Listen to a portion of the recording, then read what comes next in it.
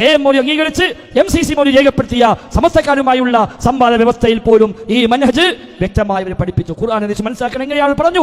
സഹാബത്ത് താബിഈങ്ങൾക്ക് ഖുർആനിന്റെയും ഹദീസിന്റെയും അർത്ഥം പഠിപ്പിച്ചു കൊടുത്തിട്ടുണ്ട്. ഖുർആനിൽ നിന്നും ഹദീസിനും സഹാബത്തും താബിഈകളും കൊടുത്തിട്ടുള്ള അർത്ഥങ്ങൾക്കും അവരിൽ നിന്ന് മനസ്സിലാക്കിയിട്ടുള്ള സിദ്ധാന്തങ്ങൾക്കും എതിരായി അർത്ഥം കൊടുക്കുവാനോ വ്യാഖ്യാനം നൽകുവാനോ അവരാരും പറയാത്ത അർത്ഥം സ്വയം കൊടുത്ത് ഖുർആനിന്റെയും ഹദീസിന്റെയും ഉദ്ദേശത്തെ അലങ്കോലപ്പെടുത്തുവാനോ ആർക്കും അവകാശമില്ല തന്നെ.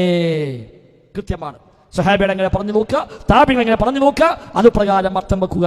അതല്ലാതെ സ്വന്തമായി അർത്ഥം വെക്കാൻ പാടില്ല എന്ന് അന്ന് സമസ്ത കൊടുത്ത സംവാദ വ്യവസ്ഥയിലാണ് ജംഇയ്യത്തുൽ ഉലമയുടെ പ്രസിഡന്റും സെക്രട്ടറിയും ഒന്നിച്ചെഴുതി കൊടുത്തത്. 2001 മുജാഹിദ് പ്രസ്ഥാനത്തെ വിവാദങ്ങളെ തുടർന്ന് ജംഇയ്യത്തുൽ ഉലമ രണ്ടു കൂട്ടരെയും വിളിപ്പിച്ചു, പ്രബന്ധങ്ങൾ അവതരിപ്പിച്ചു. ആ പ്രബന്ധങ്ങൾ 5 അംഗ സമിതി അത് പരിശോധിച്ചു. അങ്ങനെ അവസാനം 18 തീരുമാനങ്ങൾ അവരെടുത്തു. ആ തീരുമാനം അവർ അന്ന് എല്ലാ ശാഖയിലേക്കും അവർ പ്രത്യേകമായി പുസ്തകമാക്കി അച്ചടിച്ച് വിതരണം ചെയ്തിട്ട് എല്ലാ ശാഖയും മൊത്തം മുജാഹിദുകളെ വിളിച്ചുകൂട്ടി ഇത് വായിച്ചു കൊടുക്കണമെന്ന് ജംഇയ്യത്തുൽ ഉലമ നിർദ്ദേശിച്ചു. 2001 ആ 18 തീരുമാനങ്ങളിൽപ്പെട്ട തീരുമാനമാണ് ഖുർആൻ ഹദീസ് മനസ്സിലാക്കാൻ വ്യാഖ്യാനിക്കാൻ മൻഹജ് വേണം. അന്ന് എല്ലാവരും ഒപ്പിട്ടു. CP മുസ്ലിം മുതൽ ഹുസൈൻ മടവൂർ അടക്കമുള്ളവരൊക്കെ ഒപ്പിട്ടിട്ടാണ് ആ 18 തീരുമാനം എല്ലാ ശാഖയിലേക്കും കൊടുത്തയച്ചത്. എന്നിട്ടാണ് പുറത്തിറങ്ങിയിട്ട് നീലപുസ്തകം ചുവപ്പ് പുസ്തകം എഴുതിയിട്ട് അതിലൂടെ ഈ മൻഹജിനെ പരിഹസിച്ചുകൊണ്ട് ഈ ആളുകൾ അവർ രംഗത്ത് വന്നത്. അതുകൊണ്ട് ഇതിലൊക്കെ അടിസ്ഥാന പ്രശ്നം ഈ മൻഹജ് നിരാസം തന്നെയാണ് എന്ന് മാത്രമല്ല ഇപ്പൊ അവസാനം ശബാബിൽ വരുന്ന ലേഖനങ്ങളൊക്കെ മൻഹജിനെ അങ്ങേയറ്റം പരിഹസിച്ചുകൊണ്ടാണ്. 1-2 ലേഖനം കാണാം. ശബാബിൽ എഴുതുന്നു, മദ്ഹബിനെയും തഖ്ലീദിനെയും എതിർക്കുന്നുവെങ്കിലും ഒരു സലഫി മൻഹജ് വാദം പ്രത്യക്ഷപ്പെട്ടു. തഖ്ലീദ് വേണ്ട, മദ്ഹബ് വേണ്ട എന്നൊക്കെ പറയുന്ന ആളുകൾ തന്നെ ഇപ്പൊ എന്തായി, സലഫി മൻഹജ് വാദം പ്രത്യക്ഷപ്പെട്ടു എന്ന ആക്ഷേപസ്വരത്തിൽ ശബാബിൽ ലേഖനം വന്നു.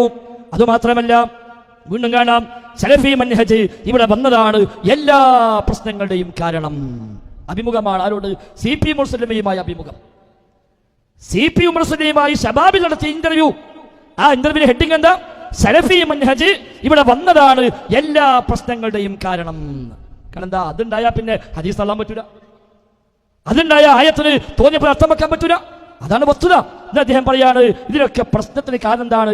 ഈ സലഫി മൻഹജ് എന്ന ഒരു വാദം വന്നതാണ്. എന്നാൽ ഇതിനിടയിലാണ് സംഘടനക്കകത്ത് സലഫി മൻഹജ് എന്ന പേരിൽ ചില ആശയങ്ങൾ കടന്നു വന്നത്.